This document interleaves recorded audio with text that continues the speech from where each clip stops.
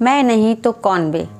शेरा नाम का शेर जंगल के सबसे कुशल और सबसे ज़्यादा क्रूर शिकारियों में गिना जाता था। अपनी टीम के साथ उसने अनगिनत भैंसों, हिरणों व अन्य जानवरों का शिकार किया था। उसकी ताकत और क्रूरता से जंगल के सभी प्राणी थर थर काँप जाती, जिसके परिणाम स्वरूप अब उसे अपनी काबिलियत और ताकत पर घमंड बढ़ने लगा।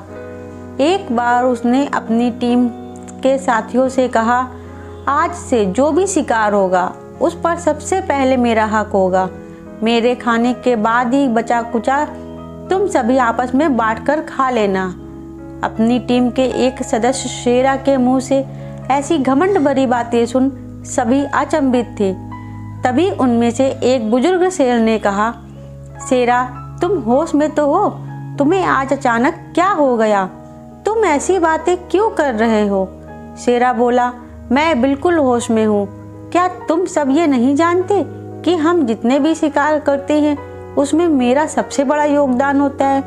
मैं ही तो हूँ जिसकी वजह से हम इतने शिकार कर पाते हैं। इसलिए शिकार का सबसे पहला हक मेरा ही है और अब सभी को मेरी बात माननी ही पड़ेगी। कोई भी उसकी बात से सहमत नहीं था। इसलिए अगले दिन एक सभा बुलाई गई, जिसका उद्देश्य था शेरा को समझाना। हम मानते हैं कि तुम एक श्रेष्ठ कुशल शिकारी हो, लेकिन क्या ये बात उतनी ही सच है कि बाकी के सदस्य भी अपनी जान लगा देते हैं? इसलिए हम इस बात के लिए सहमत नहीं हो सकते कि शिकार पर पहला हक तुम्हारा हो। हम सब मिलकर शिकार करते हैं और हमें मिलकर ही उसे खाना चाहिए। टीम के सभी सदस्यों ने शेरा से कहा।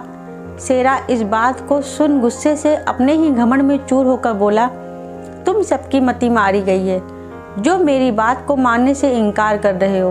अगर ऐसी ही बात है तो आज से मैं अकेले ही शिकार करूंगा और तुम सब मिलकर खुद अपने लिए शिकार करना।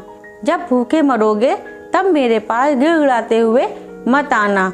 और ऐसे कहते हुए घमंडी शेरा सभा को छोड़कर चला गया। कुछ ही समय बाद जब शेरा को जोर से भूख लगी तो वह शिकार करने गया।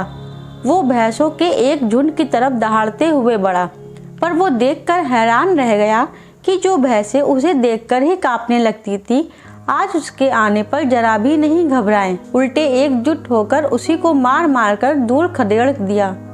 भैंसों से पीटने के बाद उसने सोचा, चलो कोई बात नहीं, मैं हिरणों का शिकार कर लेता हूँ। और वह हिरणों की तरफ बढ़ा, पर अकेले वो कहाँ तक इन फुर्तीले हिरणों को घेर पाता। हिरन भी उसके हाथ नहीं आई। अब शेरा को एहसास हुआ कि इतनी ताकत होते हुए भी बिना टीम के सहयोग पाए वो एक भी शिकार नहीं कर सकता। उसे पछतावा होने लगा। अब वह टीम वर्क की महत्व को अच्छे से समझ चुका था। वह निराश बाकी शेरों के पास पहुंचा और अपने इस व्यवहार के लिए क्षमा मांग ली। और एक बार फिर जंगल उसके यानी उसकी टीम के खौफ से कांपने लगा। दोस्तों, चाहे हम स्पोर्ट्स में हों, कॉर्पोरेट वर्ल्ड में काम करते हों या कोई बिजनेस करते हों या किसी भी क्षेत्र में सफलता पाना चाहते हो, तो हमें एक अच्छी टीम का साथ चाहिए। टीम का हर एक मेंबर इम्पोर्टेंट होता है और किसी भी लक्ष्य को पाने के लिए हर एक मेंबर का छोटा मोटा रोल निभाता ही है। तो दोस्तों, आपकी इस कहानी पर क्या राय है कमेंट बॉक्स में ज़रूर बताइएगा और चैनल पर नए हो तो चैनल को सब्सक्राइब कर लीजिए। राधे राधे।